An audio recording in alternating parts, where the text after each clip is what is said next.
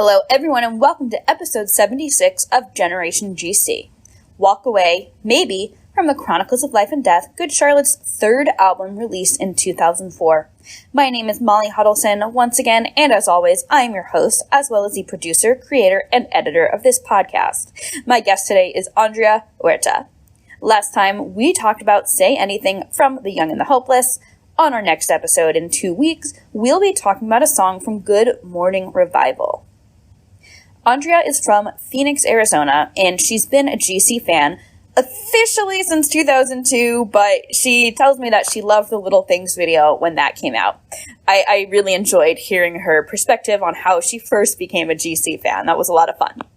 Andrea is 34 years old and works in radio. Since COVID put such a big hardship on the music, marketing, and events scene that was on hold for a little while, she had to switch tracks for a bit, but she's now back doing what she loves, and I think you're really going to enjoy hearing from her and learning about everything she does. I also wanted to say that I love having guests from all around the world and from all different backgrounds on Generation GC. If English isn't your first language, that's okay. As long as you're comfortable holding a conversation in English, you're good to go. And different backgrounds doesn't just mean location or ethnicity. It means ensuring a varied gender and sexuality representation. It means representing fans of different ages, fans with their own unique life experiences of any sort. I also want to continue mentioning blacklivesmatters.card.co, antisemitism.card.co, and anti-Asian-violence-resources.card.co. You know, I first started mentioning Black Lives Matter last June, June of 2020, when the George Floyd protests were beginning to happen.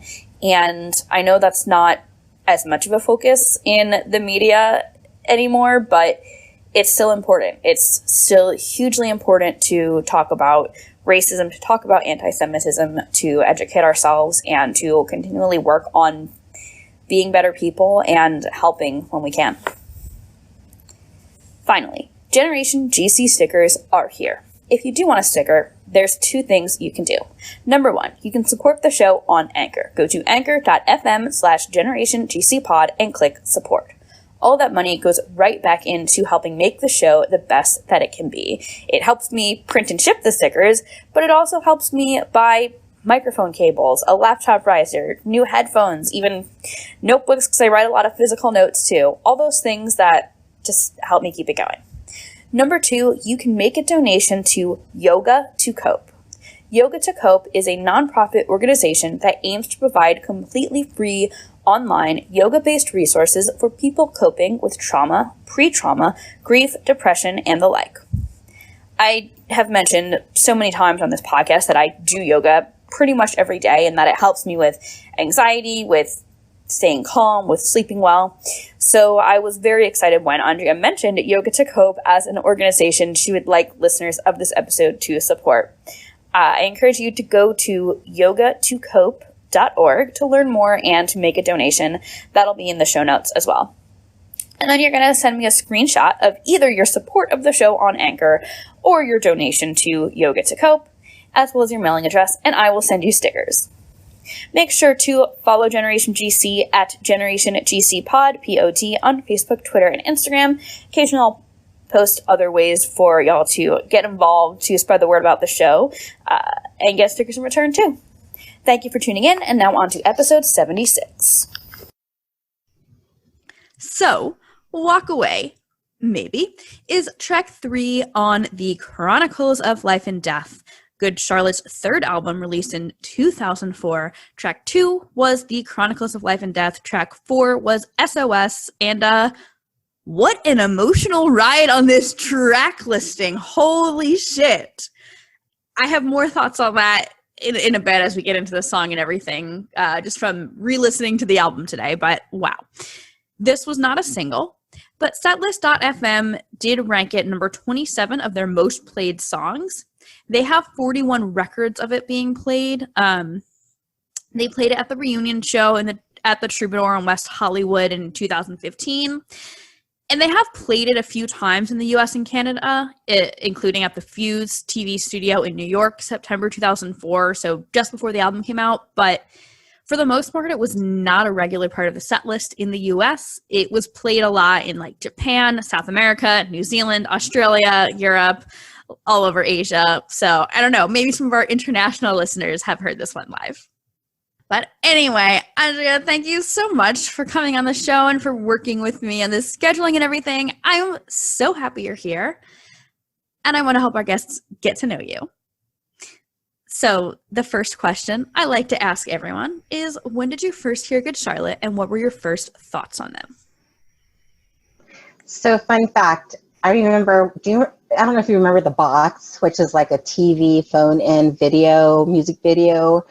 Like you literally would wait all night and put in your numbers like 313, and then you're like, God. Oh, okay, that's my number. Well, I was too poor for that. It was like $15 to do that. I'm like 14. And so they used to play Little Things on The Box in 2000. And me being the teeny bopper that I was then, Mandy Moore was in the videos. I was like, oh my God. And that was my fun, link to Good Charlotte. And then fast forward through high school and NSYNC came around and my best friend and I, being the biggest NSYNC fans we were, saw that Chris Kirkpatrick was in, the Lifestyles video. And immediately we're like, who are these boys? Because we're 15, 16. Of course. Yeah. And so you claim your twin with your best friend and, it was a total like. Wait, so which twin did you claim? And which twin did your friend claim? It's funny because we both kind of went to Joel.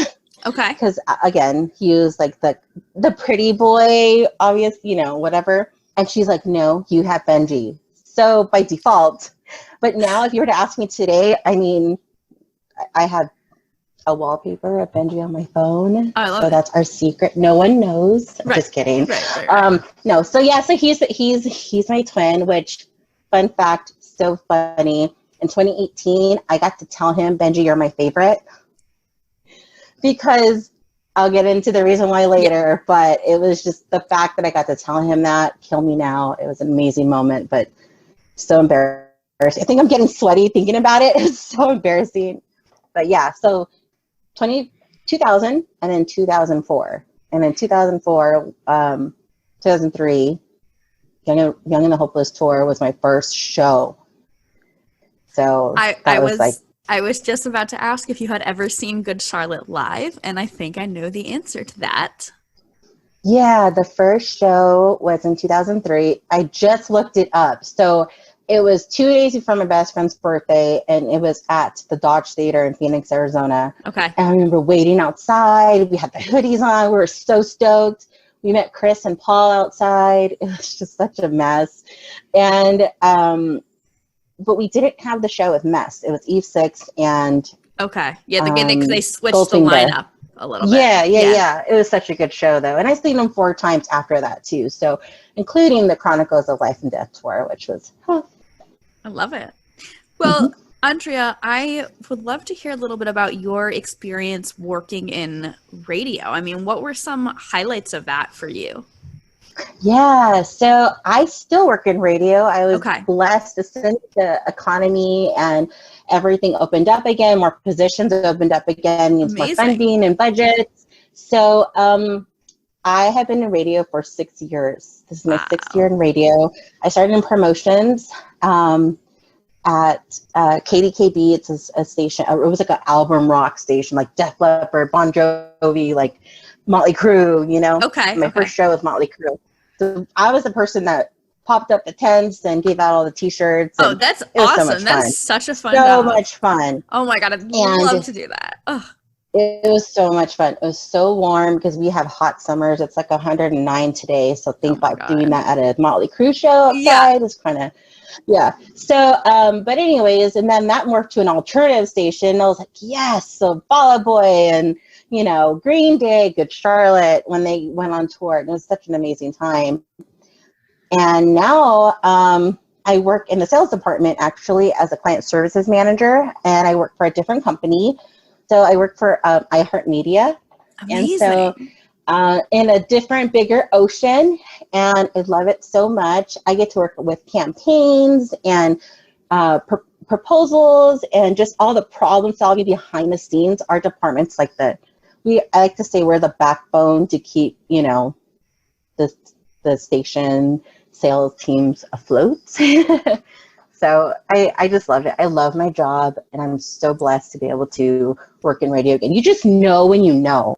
Mm-hmm. Like, you know when you're doing what you're supposed to be doing. Yeah. And I mean, whatever, amount you want to go into this, but I know a lot of people definitely the past year and a half or so really affected what they were able to do in entertainment. I mean, for obvious reasons. Yeah. So the reason why I left my first company to go to a new company was because I wanted to try my shot in advertising at an advertising agency. Ooh. For like a small minute. And my department was the events department. Oh. And when the pandemic hit, funding, budget. So obviously my job was eliminated at the time. It was a small company. And I went back to working in education. So I was a preschool teacher for 12 years. For 10 years, 2 years as a school librarian. So all my background is in education. So you always have a plan B, and that's what I decided to do, was to go back. And I was working in admin at a childhood program. Yeah. Or childhood program. So have any concerts happened in Arizona yet? Yes, quite a few actually. So our state policy, I think it lifted like a couple months ago officially, but we started having shows at like outside, and then we started having indoor shows, and we have our big venue. Like, everyone knows this venue. It's like this, I don't know, it holds 5,000 people or something. It's called the Marquee Theater, and it's this really cool venue. It's near Tempe Town Lake, and it's like, if you ever look it up, it's so pretty. And the owners there wanted to start this like dinner and a show. they were going to have tables and everything set up and have like a dinner and a show. Everyone stayed in their little pod. But as the buildings, and the occupancy levels were able to open, they're now having full-blown shows. So it's exciting. I actually go back to my first show in August. I'm going to see All Time Low. All Time Low? Yeah. Oh my God. Yeah. Oh, so I think it's the 3rd of August. Is it the Sad Summer tour? So, or is it one of their like off dates? It's the one off date. Okay. The Sad Summer Festival was supposed to come here, but they had to cancel and rebook, and legalities. Yeah, I was really curious. I mean, I don't know. This could be like a whole hour here, but right. It was really curious to me because I felt like originally Sad Summer was kind of a nationwide thing, and then it became Sad Summer was pretty much like the coasts, kind of. But All Time Low is still pretty much touring the whole U.S. So so it's all about the booking and where they're able to find the venue, and that's a whole other conversation. Yeah, it's really interesting. Yeah. And that, I guess this will be hometown for the Maine too. So that's amazing. Yeah. Actually, we don't get to have the Maine at our show. Oh, that's right. Because it's not Sad Summer. It's not Sad Summer. Yeah. But they're going to do their own show at like a 700 person venue or less. It's like a small venue called the Crescent Ballroom. They just announced it yesterday. And so amazing. I know a lot of fans are going to be excited about that. Oh yeah. Well, Andrea, I mean, I could talk about the Maine forever because I'm obsessed with the new album. It's so good. But I really want to talk about this song, about Walk Away. I mean, we were chatting for a bit before we started recording, and I know you and I have talked on Twitter a little. And I'm just so glad you're here, but I would love to hear, why did you want to talk about Walk Away in particular? So Walk Away is a song that just I resonated with the moment I listened to it. In 2004, I had a relationship that was probably the foundation of relationships you should never have. That was the one that I was like, this is it for me. He was a horrible person. He was very verbally and physically abusive. And so high school was Good Charlotte was my outlet in that case. I have so many great memories with the band and their music. But in all seriousness, like that specific song was like, you made this bed, you're laying in it, you're choosing to be with this person. Yeah, yeah. And all I wanted was for someone like, Benji, come take me out of this relationship, like to make things lighthearted. But no, seriously, like I just wanted to just walk away. I always just wanted to like let it go.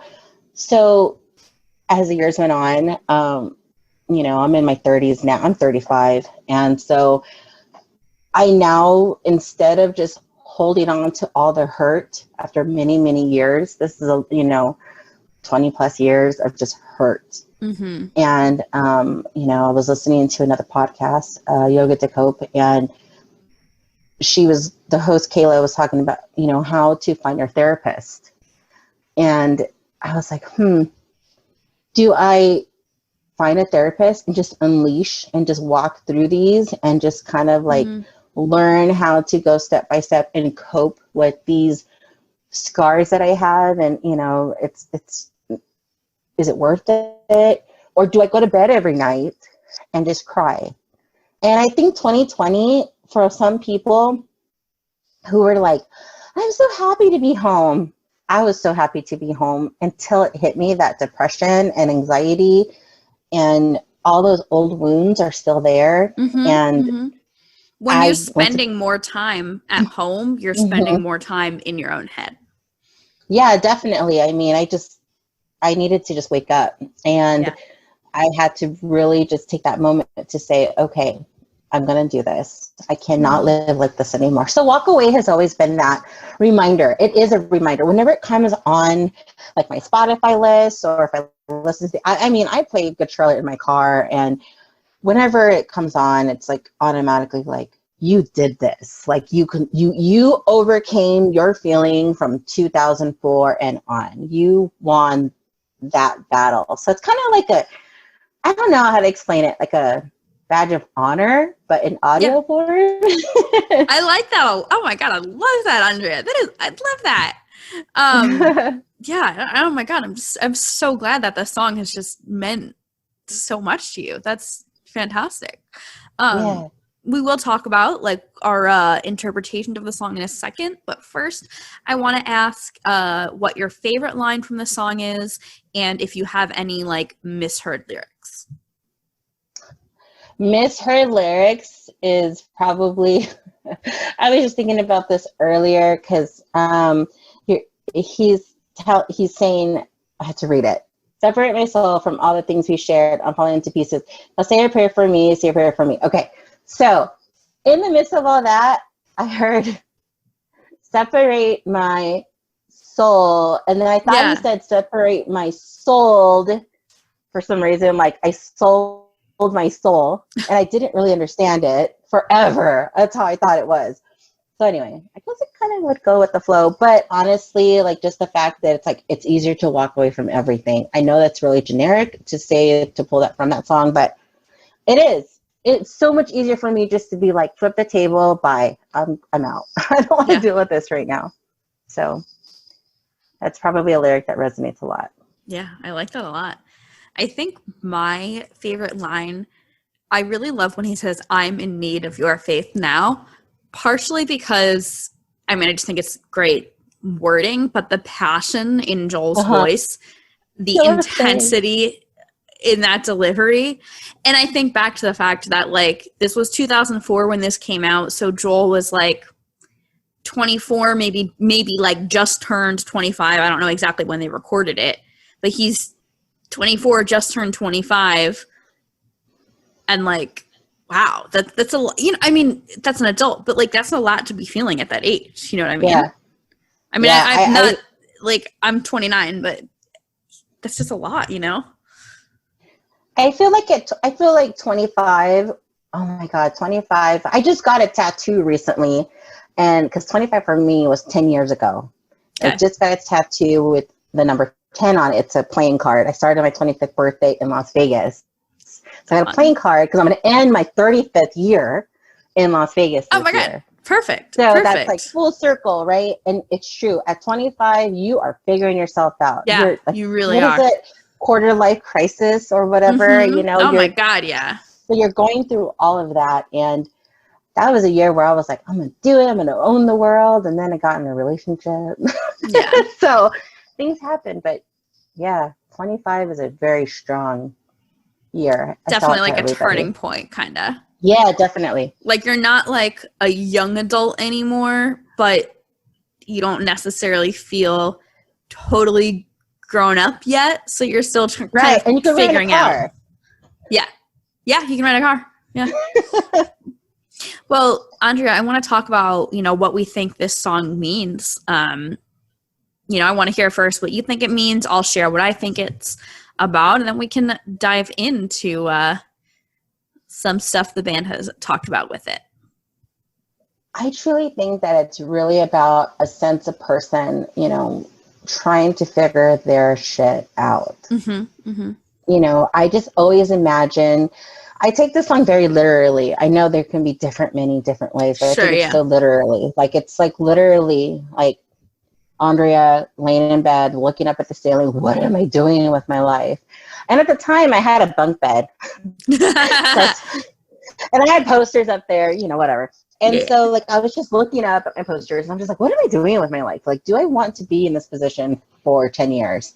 Do I want to be, you know, figuring out what's going to happen next every 5 minutes? And the song itself is just that. Joel, or the person who is the narrator, I don't know, the storyteller, is saying, like, you know, just someone come save me. I want to break from this routine. I want to grow and to have a different life, but I don't know how to go from A to B. I don't know how to leave, you know, and get in this car and drive off into the sunset. How do I make that change? Change creates change. Yeah. And my coworker used to tell me that every day when I was trying to grow professionally. She's like, change creates change. And I'm bad at change. So this was a life lesson for me this last 2 years. Like, girl, get up, figure it out. I think that's what was happening. And just like reset your brain, reset your mind, and do it. If you don't do it, you're going to regret it. You might regret it. Maybe? Question mark? Huh? Yeah. So I had a related, but definitely somewhat different interpretation. I don't think I took it as, I feel like I maybe didn't take it quite as literally as you did, but I liked a lot what you were saying about change, because I think that's, as I'm like thinking back to the song right now, change is such a big part of this, you know, self-discovery, self-awareness, which I think is a lot of what I got out of this song, right? That, you know, the narrator is kind of attempting to gain self-awareness over their demons, their struggles, but maybe feeling like you can't totally face it, or you're not ready to face it, so you just walk away.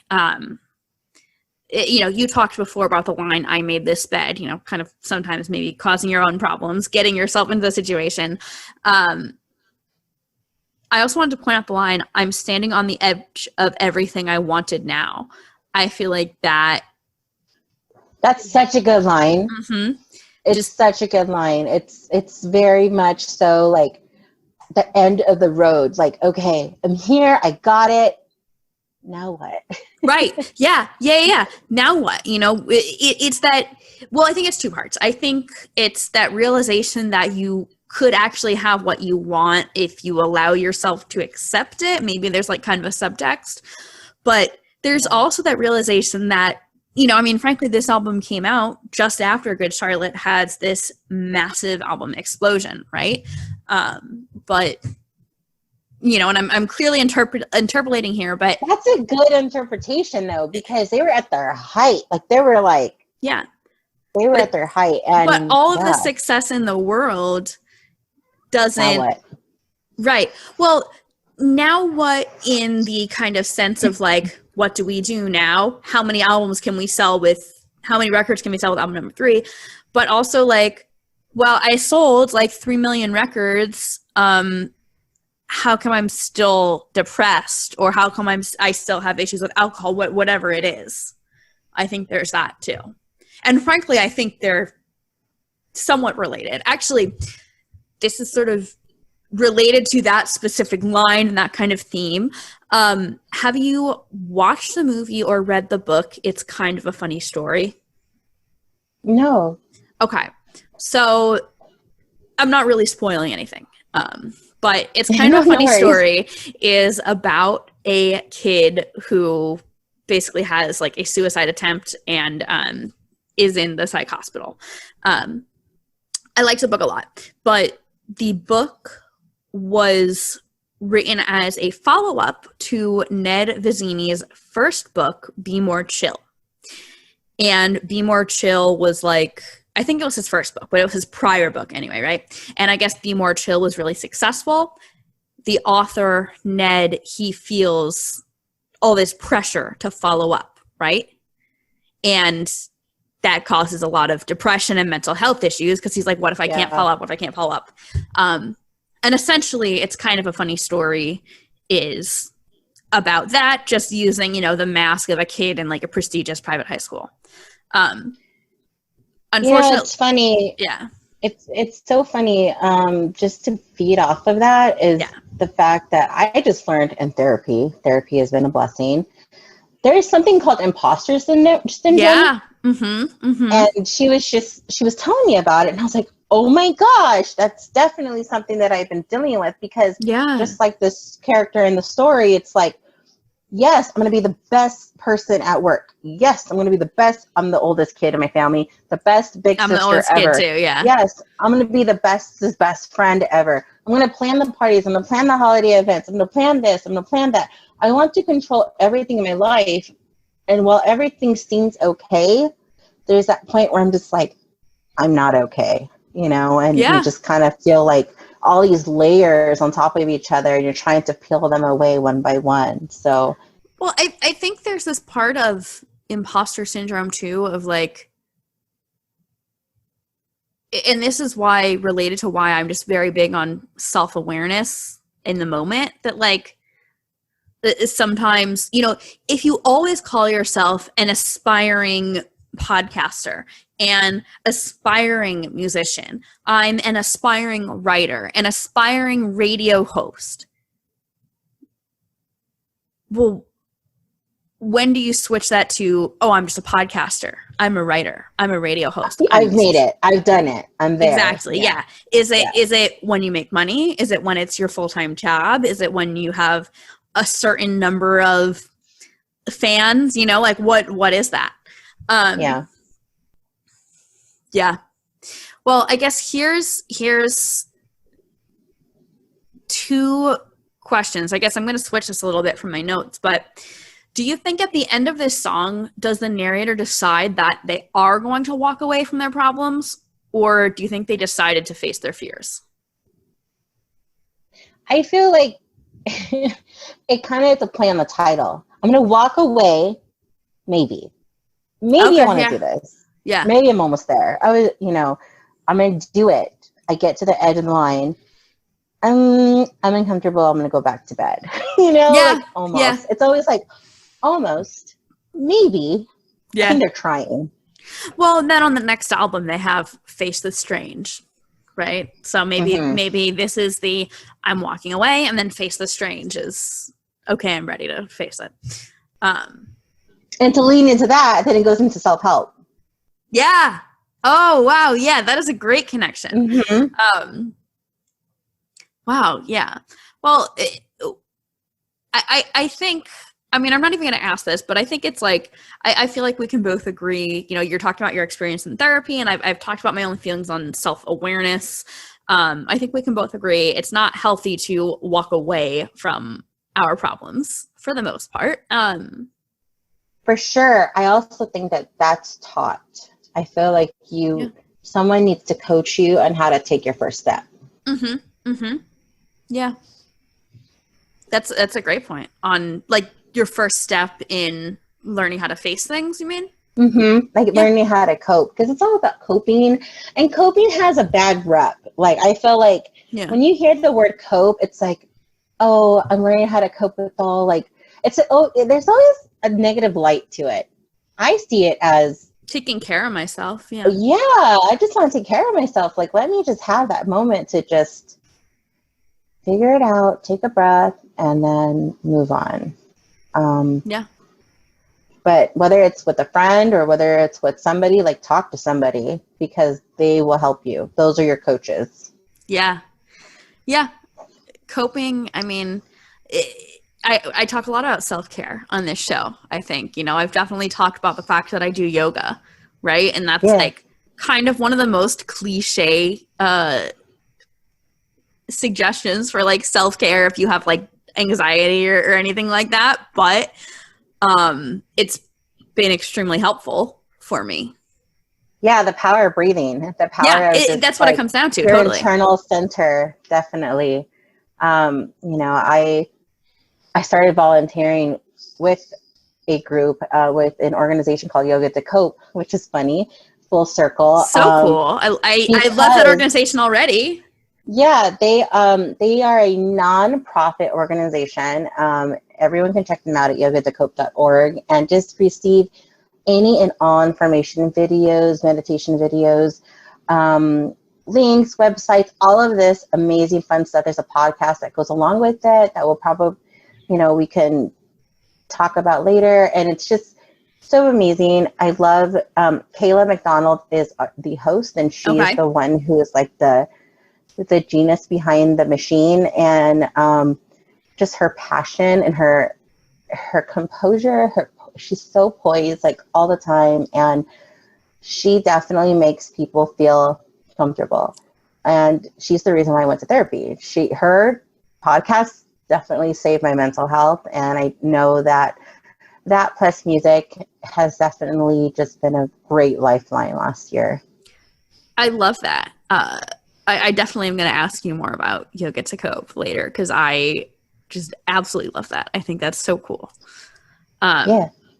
So in terms of like background info on this song, I really did not find much. There were a fair amount of like interviews and articles about this album, but I don't know. I guess this song wasn't brought up much. But this was a interview with MTV News, July 2004. And they're talking about some of the songs on the album, Predictable, World is Black. And then they say, Walk Away blends pummeling hard rock verses with rudimentary indie rock strumming. Only the tentatively titled Chronicles, which may take on the full name of the album, features a classic punk stomp. Blink-182's latest Untitled album, a relatively dark departure from their previous work, is a good pop-punk comparison. It's a little more serious, Joel said, but there's definitely some fun moments too, Benji countered, so as not to position the album as solely for misanthropes. I definitely think the main message of our band is hope, and a running theme in this record too is hope. You know, it's so funny. That album, well, it's called The Chronicles of Life and Death. So It's like the beginning and the end. And to think about it, I always like to low-key joke that I feel like Good Charlotte is almost like a religious band. Because I mean, they kind of are. So in some songs, they definitely are. Yeah. Yeah. And this album was like the beginning of that adventure. So it is a darker album for sure, a darker theme tone, and the styling of it, the music and the lyrics itself, it was much. But the hope is definitely there, and there's a couple bands I think of that just make me too depressed. You know what I mean? That don't have hope. I love Pentimento. I have a tattoo for Pentimento, but like, I can't just listen to them because they just make me sad. And you know, I listened to them a lot more several years ago, you know, when they had been releasing records, because I was in a dark place at, you know, such various times, right? But like, I don't sit and listen to them now, like almost ever, because I just associate so much darkness with that, right? And I don't necessarily find the hope. Dangerous Summer, great band. I don't necessarily find the hope personally, although I haven't spent a lot of time with their discography. Do you think the hope in Good Charlotte's music is the tone of what their songs, their music is portraying? For instance, there's like Secrets, right? Yeah. It's kind of like a very deep song, hi, nice to meet you, but I have all of these skeletons in my closet. I don't necessarily want you to know about who I really am. But it's like, they're like, hi, nice to, like, there's like a, I don't know, quick intro to that. So I think that's definitely part of it, like the musical tone of the album. Yeah. And if certain songs are just very catchy, if we use Secrets as an example, I mean, I think the hope in that is also talking about dirty little secrets we all hide and finding an understanding there. Yeah, like it's like a nice, yes, we're going to go through this together. I'm going to take your hand and we're going to go through the maze of who you are as a person. Yeah. Yeah. There's a light. There's a light. There's a, like, wherever the dirt is, there's green sprouts. I love that. Yeah. There's no way to explain why life is filled with so much pain, but do the flowers ever grow in the places that don't rain? Let the music play. Thank you. Yes, I love it. Andrea, I mean, I know you were talking about your past relationship, but did you have any like other memories or stories you wanted to share about Walk Away? Walk Away is the beginning of who I am, trying to figure out my mental health journey and self-discovery. And it was met at the end with a whole other song, which is Self-Help. It's so like just like beginning to end, 14 through 17 high school years to 35 years old. And it's funny to go back and to listen to the song and to think, oh, where was I at that age? Do you ever go through that? Do you ever listen to a song and you're like, I was this age? And you know what? Like the lyric, maybe I'm just scared to face the things I feel. I was terrified, and I just wanted to put it all underneath the bed and just forget about it and move on and smile. And today I do not let that happen. And whether it's in relationships or work or people or an everyday day-to-day thing, I'm a little too confrontational, just because I really want to be my best self. And that took a lot of practice. In fact, I'm still growing. Does. Yeah, it definitely does. Yeah.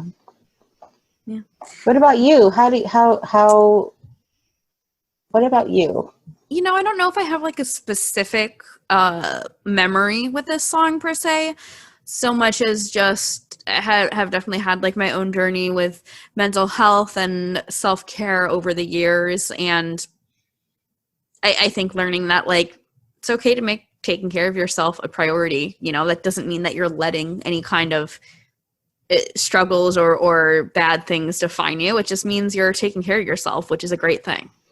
Yeah, and you know what, Good Charlotte, I wish you would have played the song more live. right. That's what I think about. Like, I wish you would play the song live. Well, we already kind of talked about this, so we won't spend much time here, but just in my notes, I have that I like to talk about other Good Charlotte songs a track relates to. We already mentioned Face the Strange and Self-Help, and I think that's a great arc of those three songs. Totally. Yeah. Yeah, definitely. Well, I want to talk about some like reviews and kind of articles and things about this song. So we'll start off with Rock Sound, who mentioned this song in an article about GC's hidden gems, which like, I love stuff like that. Like, yes, it's great seeing articles talking about lifestyles, but like, talk about the other stuff too, Exactly. Yeah. Yes, that's what I'm here for. They said, the Chronicles of Life and Death demonstrated a transition period for Good Charlotte, and this fragile bop was a prime example of the direction they were heading in. I like that tone, fragile bop. Yeah. Album of the Year scored this song 85 out of 100. Rate Your Music. I'm just going to read this. I don't really know what's going on here, but SOS, this is fucking predictable pop punk. I'm telling the truth. I just want to live without this album. And if it wasn't enough, Good Charlotte, please walk away. We believe that we don't need you in this world. I feel like they were trying to make one of those weird poems, but it came off really rude. Right. I mean, it's like they were trying to make fun of the album by using all the song titles in a sentence. Right. But the sentence, like, works and makes perfect sense. I mean, it's a mean sentence, but, like, it makes sense. So, like, Today.com said Walk Away is big pop punk with loud guitars and even louder drums. And I have to mention this review from Sound the Sirens, and I'm going to interject some commentary partway through. Before I go any further, I must be honest with you, dear reader. I am in college, and I am a Good Charlotte fan. Subtract 40 scene points. I know I'm too old, but I can't help it. And frankly, I just want to say that caring about how cool or uncool you are is the dumbest thing ever. It's the least punk rock thing ever. Grow up. Literally, like, I have a funny, oh my gosh. My senior year, I was the quote Good Charlotte girl. Yeah. I had the hoodies. Same. I was the Good Charlotte girl for a lot of years. Yeah. And oh my gosh. And it's funny because my friends who were all into Good Charlotte the prior years before with their first debut album, it's always like, they've changed. They're sold out. And I'm like, stop. Like, just stop. Let me love my band. Stop talking shit about my band. Yeah. Move on. Yeah. I can understand the subtract 40 scene points because but also like who cares? Literally. Yeah, cares? like whatever. Like, literally, who cares? And then I'll read this bit about the song. They said Chronicles holds some of their best work in addition to their worst. The title track is a typical but perfected pop rocker. This song, along with the next two, Walk Away, Maybe, and SOS, complete the album's triple attack of powerful pop rock. Good Charlotte is one of the best at what they do. These songs are proof. If you disagree, go listen to some Simple Plan or Never Heard of It. You will come to the same conclusion. It's funny because there are two different bands. So the three major bands in 2004, let's say the three, like the trifecta, there's something called the emo trilogy today, and that's Panic at the Disco, Fall Out Boy, My Chemical Romance. Pop punk trilogy is Youth on Glory, Good Charlotte, and Simple Plan. Yeah, but Blink was broken up at this point, but like, I mean, Green Day had transcended it for sure, but like, this album came out right around when Green Day American Idiot came out. 2003, 2004, like those three bands were like at their height. Oh, for sure. Then they were like the three. And so I think it's kind of funny to compare and contrast because they're two different bands. Yeah. But they're bands doing, I mean, especially if you mention Simple Plan, I think Simple Plan's maybe the closest comparison. If you mention Simple Plan, that's a very similar band to Good Charlotte in a lot of ways. I've never heard of it. Yeah, neither have I. Hip Online gave the album 5 out of 10, and they kind of ranked the great, the average, and the bad from this album. The great, nothing. Nothing was great about this.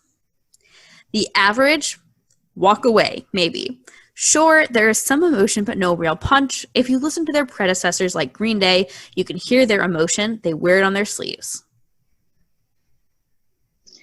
See, when I hear Good Charlotte, I don't hear Green Day. I don't even hear a Green Day influence. I hear a Rancid influence, obviously, because Benji. I hear good Goldfinger.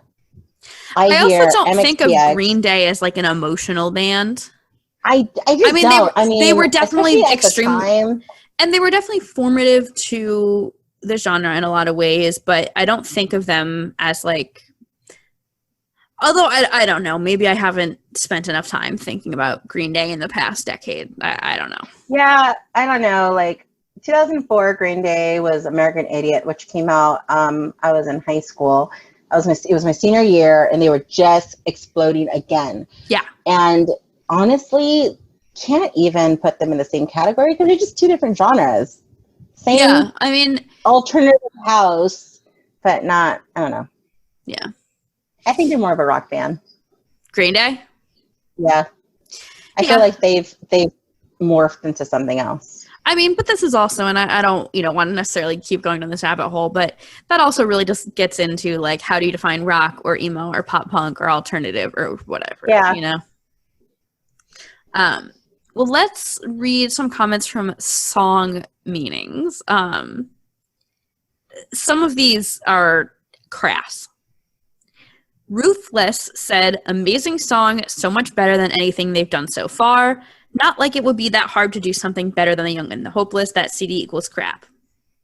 That was funny to me because usually when people are talking shit, they're talking in comments, they're talking shit about the new stuff. Not just for Good Charlotte, but just kind of overall. Yeah. We'll never be what they were. Right. Who would want to listen to a band that doesn't grow? Exactly. Bert XX said, this CD is queer. Too much pop. Not worth buying. Maybe burn it off a friend, but don't buy. Ouch. Okay. Yeah, I'm like, I don't know where you're getting that from. Novocaine Filled Punk said, this song is amazing. Yeah, it's slower and a bit poppier, but it's got so much feeling in it. Their whole new album has heaps more emotion than the others. This song rocks my socks and shoes. Emotion. I always think about that interview where Joel and Benji were like talking. I think it was an AOL interview. I'm not sure. And they were just like, we're just so emo. I was like, yeah. Yeah. Mood. The last one I'll read, and so listeners, you'll know that I don't really like to spend time discussing who a song is written about so much as what the emotional context is, what the kind of emotional stories are, and what the background might be. But I just want to read this comment because it's an interpretation I hadn't thought, and it's kind of one I personally disagree with, but, we're going to read it. XX Asswipe, said, perhaps this song is sang as if it's from their dad's point of view. Their dad walked out on them, then maybe this song is written by them to show that they finally understand why he walked out. Huh. I don't get that at all from this song, because I don't think that's what they're saying when they say walk away. Like, walk away from your family. I don't think that's what they're saying. I don't think that's kind of walking away they're talking about. Like, I think they're talking about walking away from your problems versus facing them. Yeah, I mean, I guess I can see both ways, but I don't think that this is the content that we are getting from this song. Yeah, exactly. Yeah. Yeah. Well, let's read a couple YouTube comments. Nintendo Capri Sun said, man, I love that Transylvanian piano cascade in the bridge. Yes. I love that part. It's just so funny. A great descriptor. Transylvanian piano cascade. Honestly, I hope Billy Martin has read that comment because I'm sure he would love that. Little goth Billy. So I do have to add, the best part of that bridge is this. The guitars are like boom, boom, boom, boom, boom. And that's your brain saying, I'm scared, I'm scared, I'm scared, I'm scared, I'm scared. And then I think of like the keyboard part. It's so beautiful and light. And those are your friends and your family saying, it's okay, bro. Like, come on, do it. And then your guitar part's like, no, no, no, no, no. Like, do you know what I mean? It's like a conflict. Like conflict. I could see that. I don't know. I just, it was a great part. I love that part of the song. And I like to pretend that I'm Billy for like 5 seconds. Oh, for sure. We Salute said, I have a mild case of autism and I'm almost 27. I still find it hard to speak up or approach and talk to people because I don't want to say the wrong thing or make people uncomfortable. Good Charlotte takes me back to 4th grade. They got me through hard times in middle school and onward.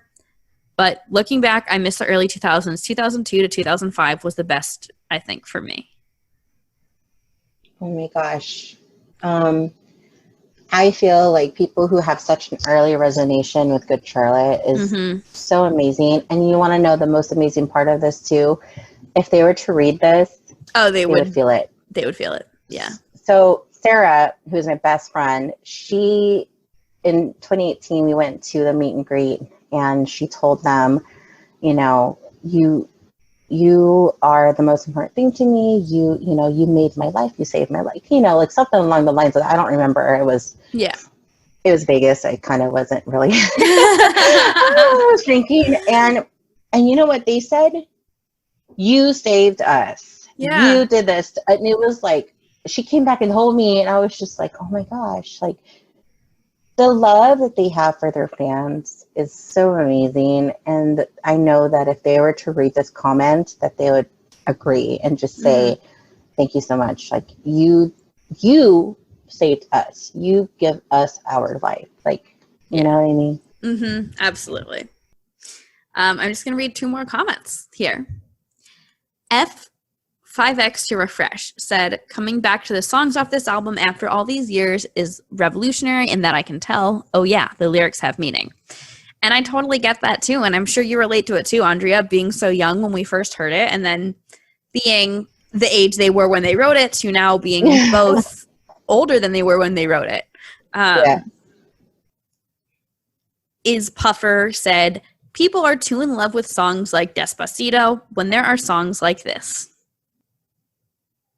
That is such an eye-opening thing. Like Top 40 does have a really great tend to just want to, what is it, like a crowd pleaser? There's not really any deep cuts on the radio.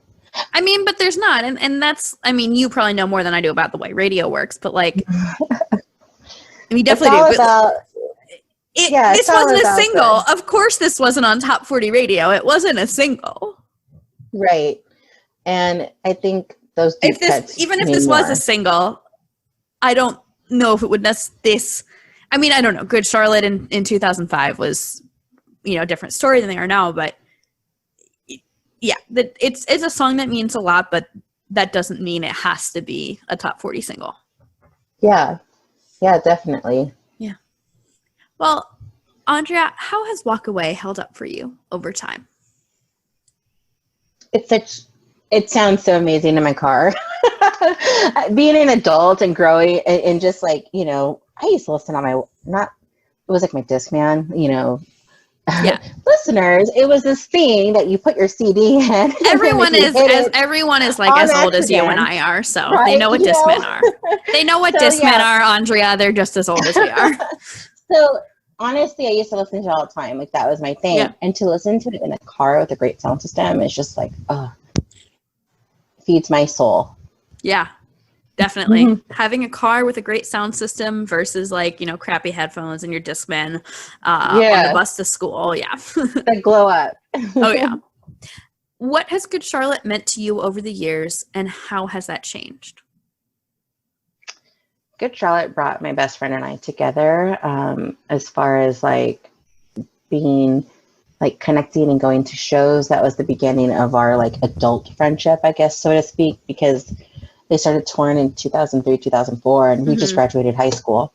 So I used to go to shows in her little car, and it was just a great adult experience because you're not a kid anymore, you know, like you're just trying to do your thing. Well, on top of that, like just wanting to travel and to it just opened up more bands to our audience, I guess. I don't know how to explain it.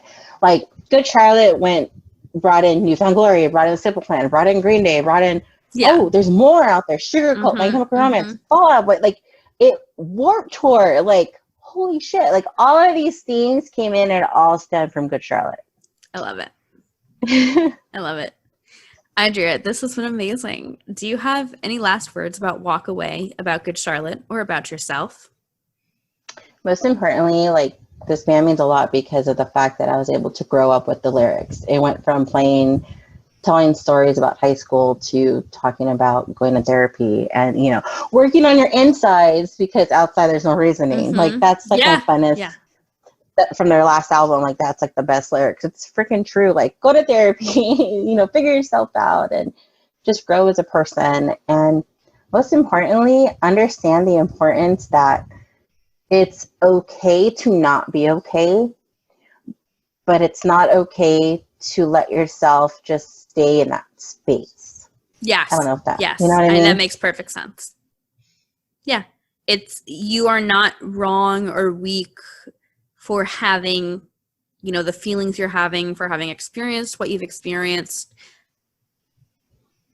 It's not your fault, but it's still your responsibility to take care of yourself, and you deserve to take care of yourself. Yeah, definitely. Yeah. I agree. Amazing. Well, Andrea, so I have a Good Charlotte Generation GC and Friends Spotify playlist. So I'm going to put this song on it, and there's an 8-bit arcade version. And then I would love a recommendation from you of something to add to the playlist. Just anything you've been enjoying lately that's not Good Charlotte. Oh my goodness. You're going to laugh. So I have been, like, the song that's constant in rotation is Bad Habits by Ed Sheeran. That's like I love it. Oh my God. To dance, bop, beat. My boyfriend and I are watching his stream tomorrow. I'm so excited. That's so exciting. He's doing a free live stream tomorrow. I'm so excited. Oh, so watching it. Yeah. Yeah, it's a great song, and it's just fun, you know? Yeah. Oh my God, I'm so glad you mentioned that. Yeah. Andrea, this has been phenomenal. Where can people keep up with you on the internet? So I'm usually on Twitter at Andrea Cupcake. Love it. And also you can probably find me at Yoga to Cope. I love it. Yeah. Andrea, thank you so much for coming on this show. Listeners, thank you for tuning in. Last time we talked about Say Anything from The Young and the Hopeless.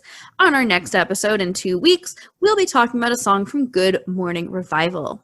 My name is Molly Hudelson. Once again, and as always, I've been your host, as well as the producer, creator, and editor of Generation GC. Please make sure to subscribe to the show wherever you listen. If you're on Apple Podcasts, please rate and leave a review. Most importantly, tell your friends. And hey, follow us on the socials at Generation GC Pod, POD, on Facebook, Twitter, and Instagram. You can also follow me, Molly, at M Hudelson, MHUDELSON, on Twitter and Instagram. Thank you all so much for tuning in.